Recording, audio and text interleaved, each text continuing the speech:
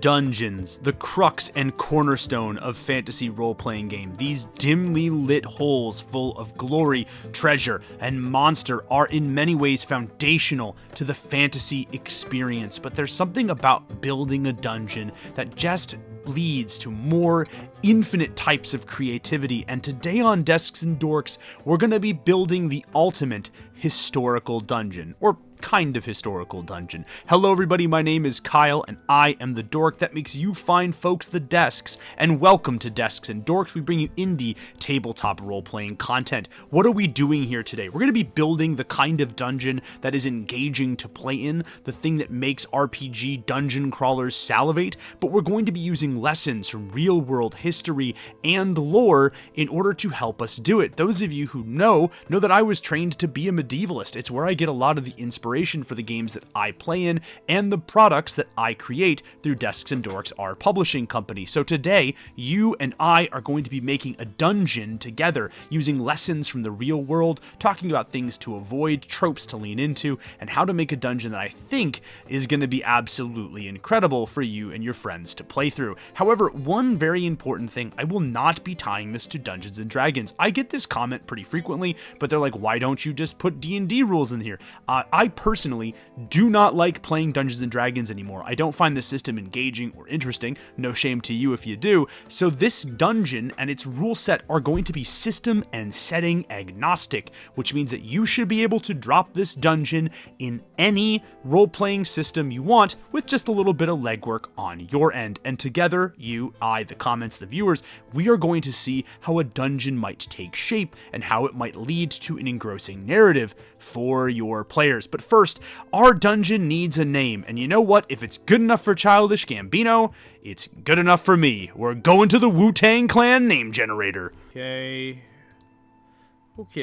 alright, going to the Wu-Tang Clan name generator. Alright, shout out my boy Chris Bates. Excellent. Sarkastik Beggar.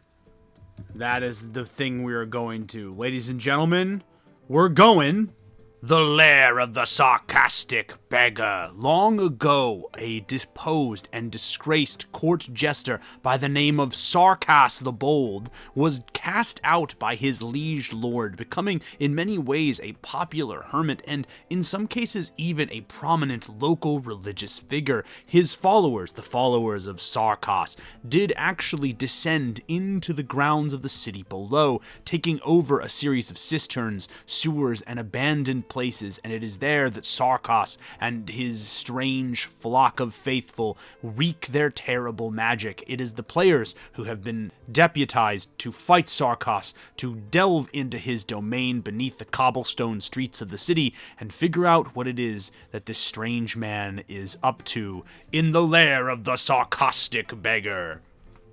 Shout out Wu-Tang. But before we delve deep into the lairs of the Sarkastik Beggar, let's talk about some misconceptions about dungeon building historically and how we might change or adapt those in our own creations. And the first misconception is pretty easy, and that's the idea that traps were everywhere, which in reality is totally unlikely. Like the really fancy traps that you and I might associate with the kind of dungeons that we delve into take time, expertise, resources, and most importantly, constant maintenance, care, and attention. Right? So consider, for example, this really cool, admittedly awesome looking guillotine trap. But how does this thing reset? Who maintains the blades, right? Assuming at some point that blade is going to hit a piece of armor or, I don't know, a thick bone or like 3 C's of thickness worth of a magical protection and then chip or get damaged or rust or corrode or something.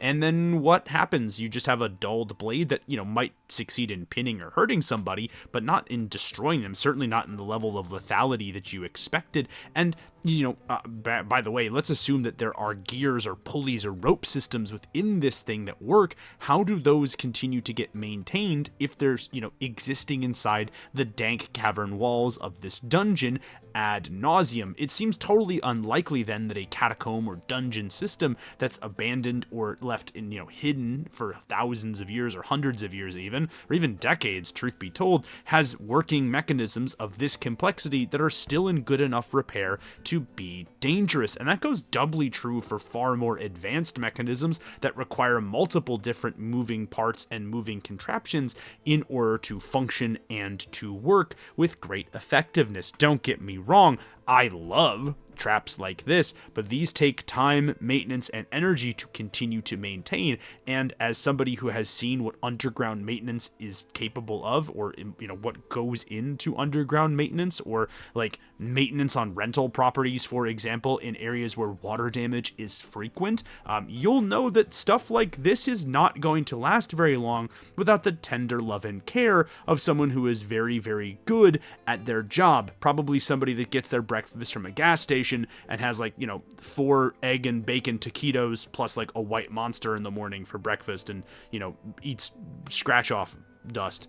I know several of those people. They're incredible at their jobs, and they are the type of people that would try to keep this mechanism running and probably come up with some new curse words to continue to do it. But even if you wanted to go with simpler snares and simpler traps that you might find along a hunting and game trail, these generally tend to be a little bit more fragile anyway, although their simple construction and far more simple mechanisms make it likely that the trap itself would last longer. The materials needed and the materials involved in these creations don't lend themselves to long-term trap setting, right? These are things that are designed to be reset pretty much every day or checked every day in a survival situation. So even simpler snares like this won't work. So if we want to throw dungeon traps into our dungeon, particularly into the dungeon of the Sarkastik Beggar, we're going to have to get a little bit more creative with the types of devices that we are putting in. Or, more importantly, for the things that could stand in with those devices. I actually think this is where environmental features and environmental hazards can go quite a long way, right? There is nothing to say that falling rocks, that a crumbling floor, that a flooding dungeon, or that the shifting of sands won't cause levels of danger and problems for any interloping adventurer unwary or unlucky enough to be caught in them. So for me personally, let's lean deeply into those environmental features, and one of the ways that I want to do that is by delving into one of my own deepest fears. I hate the idea of being trapped in small spaces, and I really hate the idea of those small spaces being filled with water, and the idea that the lair of the Sarkastik Beggar, because it takes place in the cisterns and sewers underneath the city, means that this place is actually in the process of flooding, and from that constant flood, we can get a number of environmental features that would work really well as traps. And let's talk about a couple of them now and how they would apply to the lair of the Sarkastik Beggar. I think one of the first things we need to lean into is the idea that water, particularly water from filthy sources, like these ones, are going to be filled with all manner of really nasty bacteria and things that you definitely don't want to deal with, which means if the players are going to delve into or go deep inside some of those pools of fetid water, they're going to encounter some things that was going to make OSHA have a collective heart attack, right? This means that we can put a ton of interesting things in that brackish water or in the crumbling architecture that would be huge issues. Flesh-eating bacteria, vampiric parasites, crumbling stone masonry from the walls, all of those things could be great traps. And we can even throw into some special rules, like drowning, for example, right? Maybe being submerged for too long starts to literally half the player's hit points, and then after 4 rounds, they're just gone. Doesn't matter what they do, they are brought back to that eternal lobby that we all know and love. Or perhaps being in that still water or in that bacteria starts to lose some of that mental processes, right? One of the things that is really terrifying is that in a lot of this fetid water, you'll find brain-eating bacteria or brain-eating parasites. And how crazy would it be if your players are submerged and they just randomly start losing some of their lesser abilities or lesser spells, and eventually they're gonna piece it together. Oh snap, we shouldn't be getting submerged into that dark water. What is really interesting is then what if they lure some of the defenders of this catacomb into the dark water themselves? That could be a really cool way for them to turn the defenses of this place, the quote-unquote traps, onto their head. And of course, there's just absolute, unstable ceiling, falling stones, falling rocks.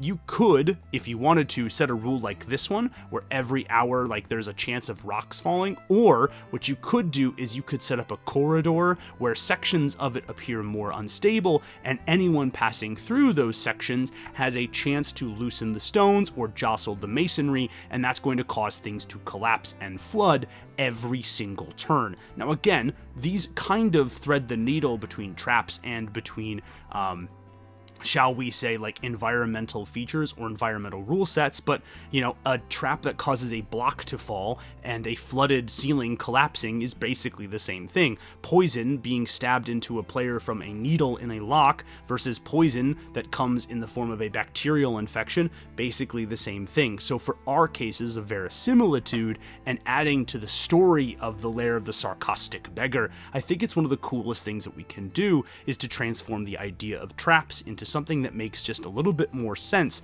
especially considering the biome that this adventure is going to take place in. But this brings us into another wonderful misconception, which is the idea that in a dungeon, you've got time, which in reality, dungeons should kind of always be on a timer, whether that's an external one or an internal one. Let me explain. In popular media, the idea of camping out in the dungeon to rest is a big deal, whether we're talking about stuff like Darkest Dungeon or like Dungeons and Dragons with a long or a short rest. The idea of taking solace and a moment to relax and a moment of respite, really, inside of a really dangerous place is actually pretty common in fantasy media. Now, outside of this not making a ton of sense, I don't know about you guys, I don't love napping in a place where all of the flora and fauna is actively hostile to me. It also doesn't make sense in terms of historical nuance, right? One of the biggest dungeons of all, which was the pyramids, was actually protected even in ancient times by roving patrols of well-trained and relatively well-paid guards. And this is true for a lot of the tombs of the ancient kings and the ancient dignitaries of the world. The people who would have dungeons worth plundering, so to speak, right? So even in the real world, you're always going to be on a timer. You're certainly not going to light a campfire when there are roving patrols of heavily armed people out looking for you. Or if, you believe some of the legends, if you're going to camp out, why would you camp out in a place that is going to curse you or be full of ancient spirits, powerful demons, or the things that are going to rend your flesh from your bones? The idea of resting in a dungeon should, I think, never really be a consideration. This should be a couple of hours, half of a day at most, if you are going deep into the dungeon delve. And I really think that makes it for, a much more entertaining and enjoyable idea, a much more difficult to parse experience, one where the players are going to have to make tactical decisions about the kind of loot that they can pull out and the kind of things that they're going to have to do if they want to complete their mission and get out in one piece. And in the Lair of the Sarkastik Beggar, I actually think this helps us out a ton. We've established that the place is literally collapsing from the powers of floodwaters. We know that this dungeon is not long for this world and that it's going to eventually collapse. And so I really think that adds an air of urgency. But there's also the idea of the prophetic ritual, the idea that the Sarkastik Beggar isn't just some old man attempting to eke out a living. No, he is somebody attempting to complete a metamorphosis. Perhaps it is a metamorphosis of the demonic kind, where he is going to become some sort of powerful hell creature, or perhaps it is a far more eldritch incantation where his body is going to rend itself from the mortal chains, where it becomes something far beyond our normal understanding. But either way, I think this is where we have to borrow a mechanic like the countdown clocks from the Forged in the Dark system if you've played Blades in the Dark, or my personal favorite one is Blades in the Dark. I really, really love that one. But if you've played any of the Forged in the Dark system, you'll understand how a countdown clock works, where every action the players take adds a tick to the clock, and when the clock is full, something horrendous happens. You can set up smaller clocks for the Lair of the Sarkastik Beggar, or one big large one that when it completely fills up, it is going to be a problem. And I actually think the best way to do this is that every time a clock segment is filled, the Beggar gains some additional power. Now, you could make this a full-blown metamorphosis. Perhaps the nature of what the Beggar is changes. It becomes something far more powerful, something far more arcane to deal with. You could just add additional minions from beyond the Dark Realms, those that he has summoned, those that have come to aid him in his final conquest, or you could just make it so that the dungeon starts to collapse at a much faster rate. All of those things, I think, go quite a long way to making the Lair of the Sarkastik Beggar far more entertaining than if you were allowed your players time to just go through and camp out in the dungeon. And lastly, I want to talk about the random encounter table, our final misconception. I don't really love this because, like, creature density shouldn't be very high in a dungeon, right? It's a closed biome, a closed circuit, and I actually think that if you're going to make something akin to a random adventure or random encounter table, it should make some amount of sense. And there's still a way that you can get something that evokes the random encounter table without sacrificing the believability of a space like a dungeon. And that, my dear friends, is where the idea of biomes comes into play. Let's consider our standard issue dungeon, not the Lair of the Sarkastik Beggar, but just a random dungeon that I happened to find. I searched up dungeon on Google, and this was one of the first search results, and I liked it. So here it is. Now, let's pretend this is an underground catacomb, and let's think really hard about the kind of creatures that we might encounter in an underground catacomb. Who may we encounter in a space quite like this one? Well, let's think about it and separate it into biomes. Each one of these areas isn't a place where a random encounter is going to happen, but it is a place where a player can encounter one of a set type of monster. For example, let's say that, like, I don't know, one is where the goblins or the pair of orcs or bandits happen to live. You know, maybe that's the entrance to another cave system, and so those that live in the cave system have taken up residence in the dungeon, perhaps protecting that entrance to their own complex. Or perhaps for number 2, it's where spiders, centipedes, some sort of carnivorous insect lives, and that's their hunting grounds. Or maybe at, like, Lair 3, if we go back to 3, maybe because that's where the players enter from, it's where they find fleeing prisoners, either people who got away from the bugs or got away from the bandits or the orcs, are leaving, or perhaps there's another adventuring group about to begin the battle in that area. By establishing these things as biomes rather than a random encounter table, what we can do is continue to keep a little bit of the randomness without the overarching density that I think creates a layer of unbelievability in a dungeon, right? I don't think you should have no monsters in your dungeon. That would be boring, and we're all here for a good old sword swing and dungeon crawling time, but I do think it lends to a much more interesting and perhaps evocative experience by going through something like the biome system that creates a sense of believability in the kind of dungeons that we make. And speaking of believability, now we return again to the land of the Sarkastik Beggar, and I really love this particular flooded map. I imagine the squid-like things to be the chrysalises, chrysali, whatever the plural of chrysalis is, for the Sarkastik Beggar's forces as they begin to metastasize, as they begin to transform their human bodies into something otherworldly. And I've separated it into biomes. The orange biome belongs to the Beggar himself as he's beginning to finish his final transformations, or some area of transformation depending on how long it takes the players to cut through this dungeon. The yellow and green are populated by hostile sea creatures, the green by swarms of flesh-eating fish that actually, zoom around the shin-deep water. The red and the blue are the last remaining structures that have sunken into the cisterns long ago. It's where the human followers of the Beggar, perhaps those who still believe he's going to save everybody, or those who have realized that his metamorphosis, his transformation, is going to bring ruin and doom onto them all. And so depending on when the players get there, how long of a countdown it's actually been, they might find very harsh, hard to defeat foes, or perhaps desperate allies. And I've left the other biomes blank because I want you, if you're going to decide to use this, to fill in the blanks of this space. What kind of creatures do you think we could fill into the lair of the Sarkastik Beggar? What kind of things, traps, environmental features, or different ideas could you put in there? Why is there a well in the center of this cistern? What does that mean for our own ideas? What about the smaller chrysalis? Are they going to awaken, perhaps to new creatures?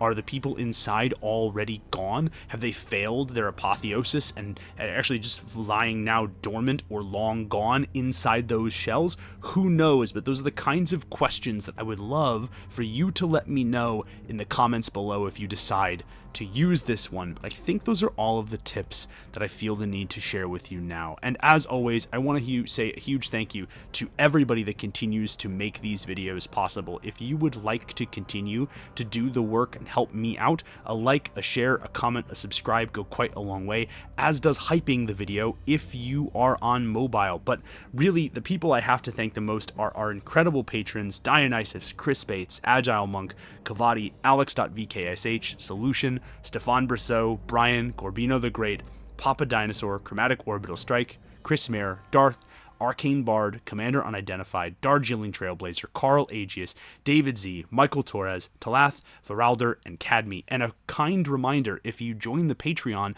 you will get a game every single month that I make special just for the patrons, and you'll get the backlog of games that we have already created, about 8 in total, plus the 9th one which comes out this month. So it's a great time to join. But I also have to thank our amazing YouTube members: Ro.kn, Agile Monk, Joshua Williams, Green, Artemis, Samuel Putnam, Seralder, Chandler Dwyer, Hatsus, Up, Up, Down, Down, Left, Right, Sir Goldenschmidt, Jakob, Krebo, Tebby, Raymond Jang, Brody Stumpf, Ryan D, Thunderdash, Gaming Gambison, and Franco. You are all absolutely amazing. I'm Kyle Ott for Desks and Dorks. Thank you all so much for watching, and I'll catch you in the next one. Peace. I wonder...